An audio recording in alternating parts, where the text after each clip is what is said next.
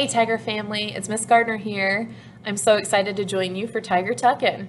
This evening I'm going to be reading Rufus Goes to School by Kim T. Griswold and illustrated by Valerie Gorbachev.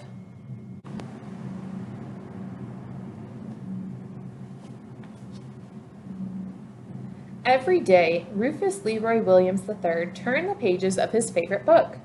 He looked at every picture. He made up stories to go with them, but he could not read the words. Rufus knew just what to do. He would go to school and learn to read, but first, he needed a backpack.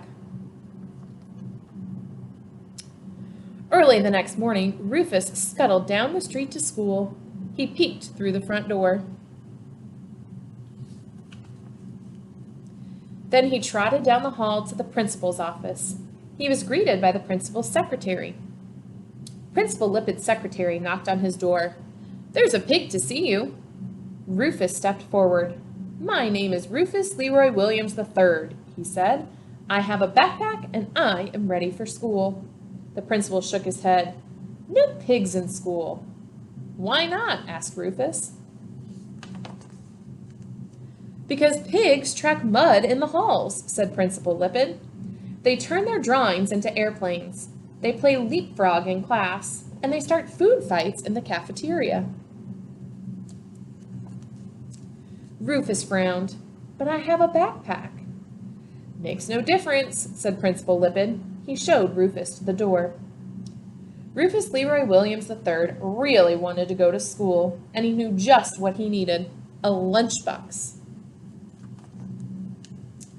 Right before lunchtime, the secretary poked her head into Principal Lippitt's office.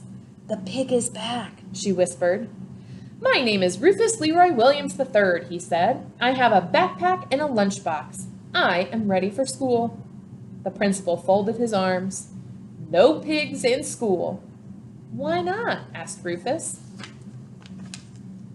"Because pigs knock over the block towers," said Principal Lippitt, "and they hide under the teachers' desks." "Pigs draw stick figures on the chalkboard," he wagged his finger at Rufus, "and they chase their classmates during recess." "But I have a backpack and a lunchbox." Rufus frowned. "Makes no difference," said Principal Lippitt, and he waved Rufus out the door. Rufus Leroy Williams III really wanted to go to school, and he knew just what he needed: a blanket. During nap time, the secretary opened Principal Lippitt's door. "Sir?" Rufus Leroy Williams III rushed past her. "I have a backpack, a lunchbox, and a blanket, and now I am really ready for school." The principal sighed.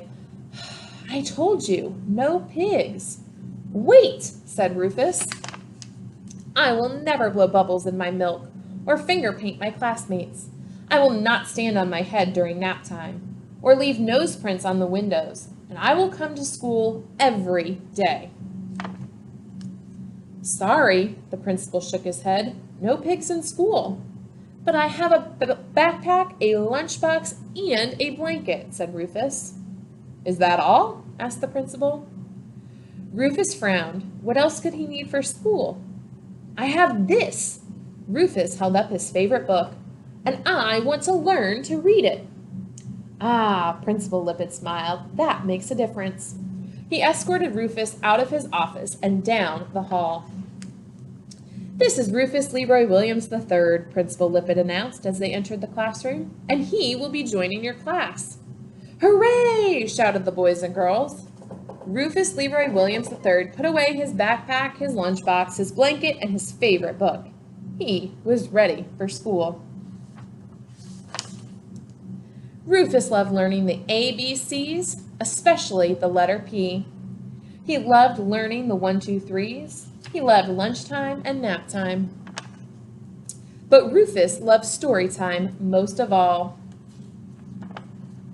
because it gave him room to dream.